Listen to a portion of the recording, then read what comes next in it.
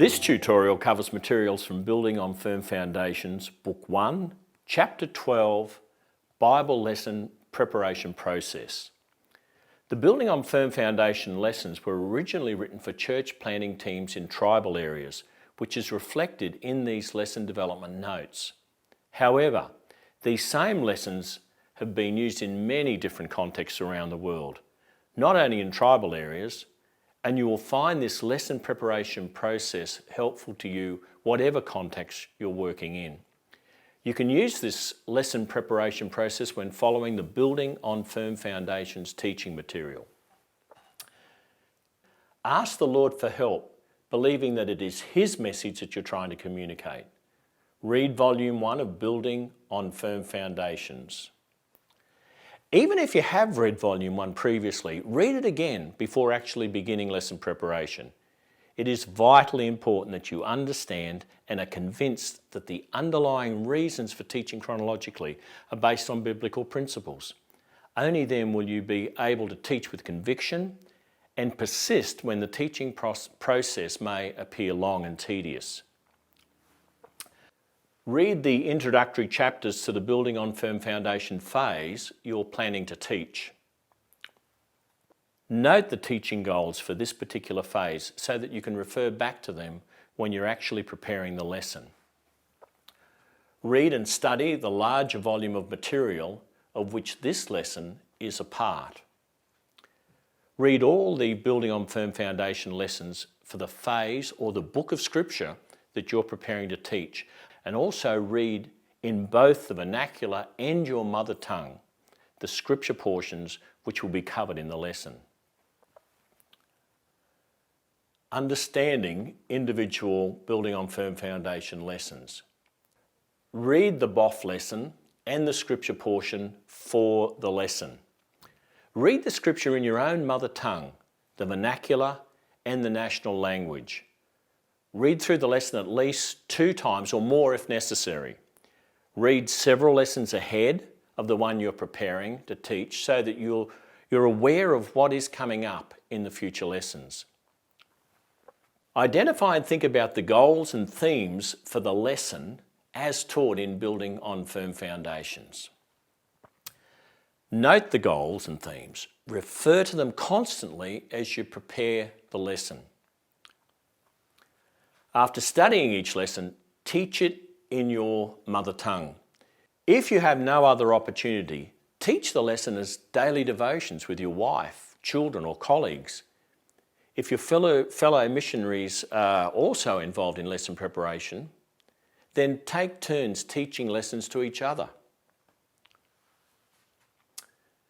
Contextualize the lesson in the language and culture.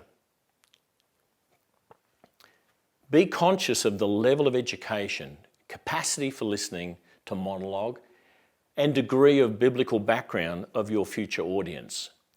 You may need to adjust the amount of information to be included in each lesson. Divide lessons if they're too long for the intended group or for the length of the session. However, be conscious that each lesson was written as a unit. If changing the length of the lesson is necessary, then consider carefully if the lesson themes have been adequately covered. Also consider if the section you have covered can stand alone as one narrative unit. Identify and mark in the lesson those points which could clash with the religious, cultural or worldview of the people you're planning to teach. Write these in the lesson at the point where it would be most necessary or most appropriate to address that particular barrier. Prepare a lesson outline in the vernacular with lesson development notes. This lesson outline should include the main content of the lesson with all the major heading points in the vernacular. Include notes to yourself regarding illustrations, barriers, teaching notes and teaching aids such as dramas, pictures, maps, charts, etc. that will be necessary for teaching the finished lesson.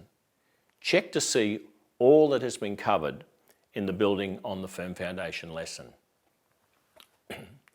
Write a word-for-word Bible lesson in the vernacular as a preliminary draft. Your language ability and cultural understanding should be to a level where you can write a full lesson draft on your own. Although BOF lessons are not a word-for-word translation, they have been prepared with translation in mind. Check each point and the content of your lesson alongside the BOF lesson to make sure that you've included all the pertinent doctrinal themes, emphasis, illustrations, and other suggested teaching aids.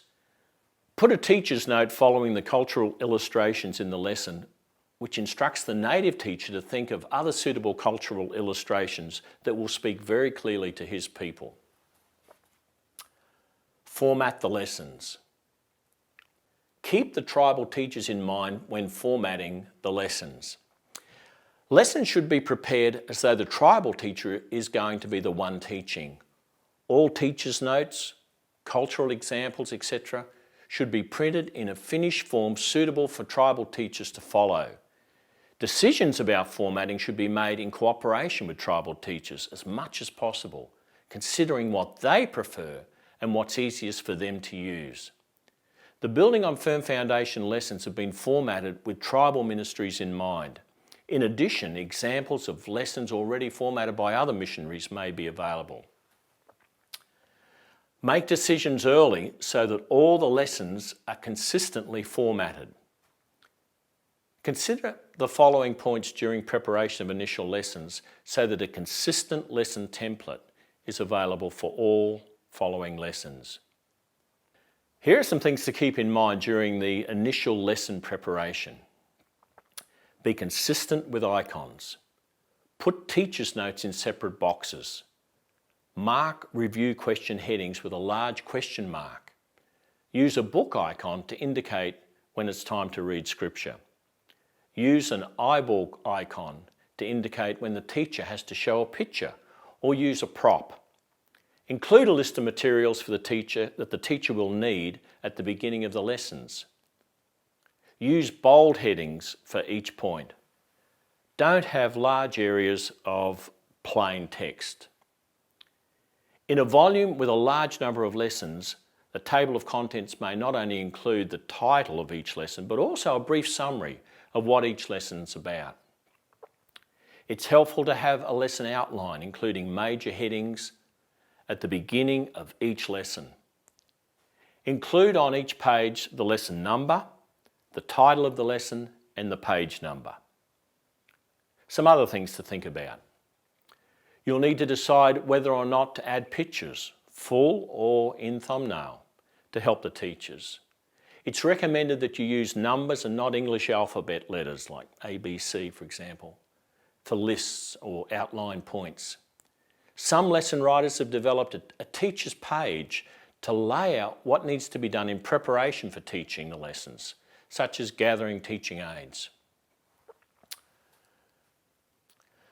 Check the lesson with mother tongue speakers. Explain the purpose of the comprehension check to your helpers. The mother tongue speaker's role is ensuring naturalness and clarity of communication, and your role is to ensure the authority for scriptural truth or biblical content, and that should be clearly explained. A relationship of trust and openness should be developed between you, the lesson writer, and the checkers. Give your helpers a general overview of what the lesson is about. Explain the general topic and tell the story, giving them an initial overview of the material. Teach each point. Don't read, teach. Teach each point carefully, allowing them time to understand and think about the subject so that they don't become lost in too large an amount of material. Do a comprehension check. Prepare comprehension questions about each point in the lesson and then ask them of the helpers.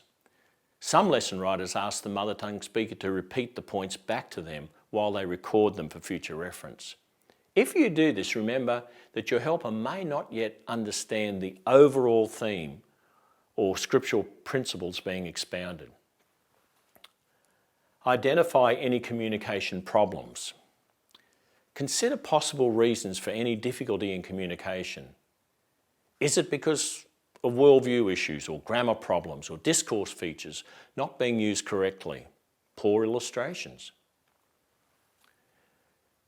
Discuss ways to improve communication clarity.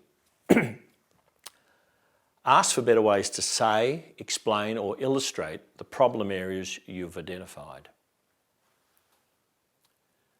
Prepare the lesson for teaching. Complete the first draft. This first draft is your preliminary draft, including the changes that you've made after checking it with mother tongue speakers. Share the lesson with your local co-workers. After you've taught more phases, you'll be able to check this original first draft with more people. This should include reading or teaching the lesson and then asking what they understood. Adjustment to the lesson should be made then based on their comprehension and suggestions. Back translate the required number of lessons for your consultant check. Ask the church planning consultant which lessons to back translate. If this is the first back translation you've ever done, ask the consultant for guidance on how literal to be and how to handle proper nouns, etc. Send the back translations to the consultant for consultant check and arrange for a translation and comprehension check. Practice teaching the lesson. Teach the lesson to your partner, or at least teach through the whole lesson on your own as practice before teaching it to the whole group. Revise the lesson after teaching. Almost inevitably, some changes will be necessary after you teach lessons to the people in the vernacular. And because of the burden of the work at this point, it's very easy to miss out this step. Have a plan for this first revision. Have a partner, spouse, or literate tribal listeners, particularly those from the lesson checking team, take notes while you're teaching. They should note any mistakes in the lesson or areas which did not clearly communicate the thoughts you intended. Later, you'll have to decide the reason or reasons for the lack of communication and decide whether it necessitates a change in the text of the lesson. Consider also the various aspects of your oral delivery. Make decisions about printing, distributing, and publishing the curriculum. Include the people as much as possible in the work of printing and publishing the lesson material. The first edition may be stapled loose leaf sheets. After lessons have been taught through a few times and other necessary changes have been made, they can be printed in a more finished form. Initially, phase 1 and lessons for other phases will probably be in smaller booklets. Later, phase lessons may be published in one or several volumes for easy storage and portability. Single lessons can be half foolscap size and larger volumes A4 size. You should check to see what's most convenient for the teachers. When there's a local church, then a good model is to pass on the lessons to the Bible teachers and maybe to others when they're first taught the material. It then immediately becomes theirs, and it's their responsibility to teach it to others. But outreach to others should be with accountability to the church and not just left up to the individual to decide when, where, and who he will teach. Extra materials. Props for dramas, videos, pictures, maps, or other materials. Consider translating or preparing introductory materials for Volume 1 and the introductions to each book of the BOF series as discipleship tools for the tribal Bible teachers. Always keep in mind whether or not anything that you, as the initial church planning team, have used is reproducible or accessible by the local tribal church for future outreaches. Any extra materials that you use to teach, props for dramas, videos, pictures, maps, or other materials should either be provided by you for future tribal church planning teams or be easily reproducible by the tribal teachers. In thinking back to my own experience of being involved in curriculum development, we were one of the many church planning teams who were firmly committed to using Trevor McElwain's Building on Firm Foundation lessons as the model for evangelism. At that time, the early editions of the BOF books had just been released and wonderful reports were coming in of the fruit that was being seen from works using this approach for church planting.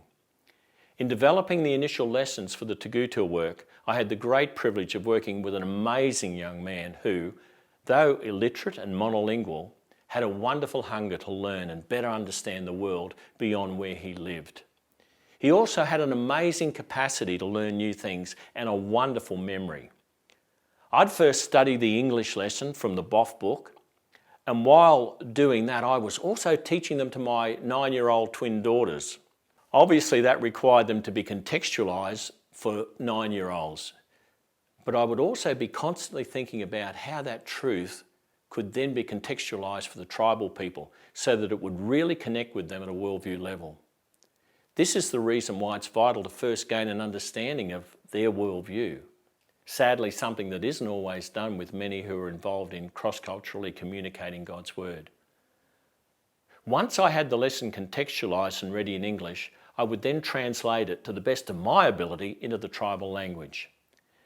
Then, with both in hand, I would sit down with Habiana and read the newly translated scripture portions through to him several times for that particular lesson. I would then explain enough of the bigger story to ensure that he understood the overall context. My co-workers were also hard at work translating the scripture portions required for each lesson. Habiana and I would then work on improving my translation of the lesson, and then I would read and reread those portions of the lesson until we were both satisfied that it was communicating correctly. We would also prepare comprehension questions for each lesson, and Habiana's answers would give me a good appreciation of whether our lessons were on track. The next step with Habiana was to read to him smaller portions and get him to paraphrase back to me in his own words. This was to ensure that the lesson flowed naturally in the language. We would then go through the entire lesson again, and once he felt it was communicating well, we would record Habiana on tape. I would then take that recording to my wife Betty, who would transcribe it, and then I would meet with the other 2 teachers on our team, and we'd all go through the lesson, checking it out for content, key terms, illustrations, and considering the possibility of using drama if it fitted in that particular lesson.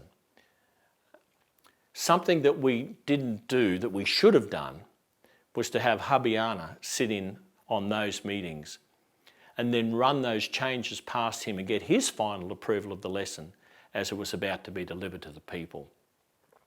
We would then record whoever was teaching that particular lesson onto a cassette tape and make copies that would be distributed out along with the global recording hand-wind tape players.